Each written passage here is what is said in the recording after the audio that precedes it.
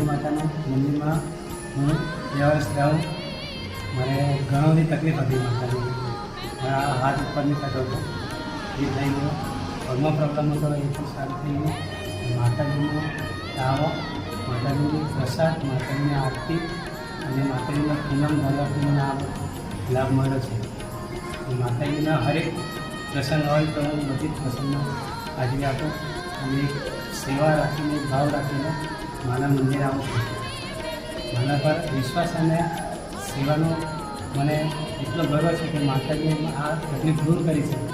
તો માતાજીના મંદિરે આવો કોઈ સેવા ભક્તો આવે અને માતાજી જરૂર માતાજી એની પૂર્ણ કરશે, જે બી કોઈ ઈચ્છા હશે.